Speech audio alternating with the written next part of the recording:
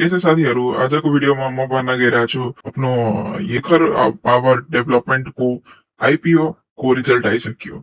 शिखर power डेभलपमेन्टको IPO को result आइसक्यो। यसलाई कसरी हेर्ने आज यो तरिका हामीहरूले जान्नेछु यो च्यानलमा। त कसरी हेर्ने यो म अहिले तपाईँलाई हेराउने छु। त हेरौँ कसरी हेराउँछु। यो हामीहरू इन्टरफेस खोलिहालेको छ।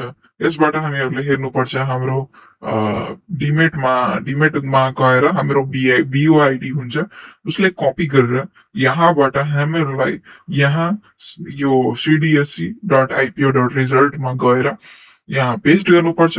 त्यसपछि यसमा लेखाउँछ यदि तपाईँले पढेको छ भने यसले हेराउँछ अलर्टेड, र यदि परेको छैन भने त सरी नट अलर्टेड हेराउँछ। र सबभन्दा पहिला हामीहरूलाई यहाँ बिओआइडी लाई पेस्ट गर्नुहुन्छ। त फटाफट हामीहरू यहाँ बिओआइडी लाई पेस्ट गरौँ।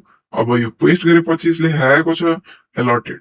अलर्टेडलाई हामीहरूलाई योको मतलब हामीहरूले पढिसकेछन्। त यो भिडियोमा तपाईँले हेर्नुभयो कि हामीहरूले कसरी यहाँ आइपिओ को रिजल्ट चेक गर्न सक्छौँ। जस्तै आज शिखर पावरको रिजल्ट आयो त हामीहरूले कसरी चेक गर्न सक्छौँ। यदि तपाईँले अर्को भिडियो चाह्यो जसमा कि हामीहरूलाई डिमेट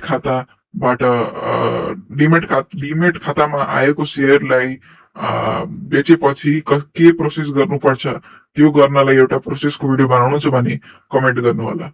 र भिडियो अलि लेट आइरहेछ त्यसको लागि पनि सरी। आजको भिडियोमा यतिकै। By by.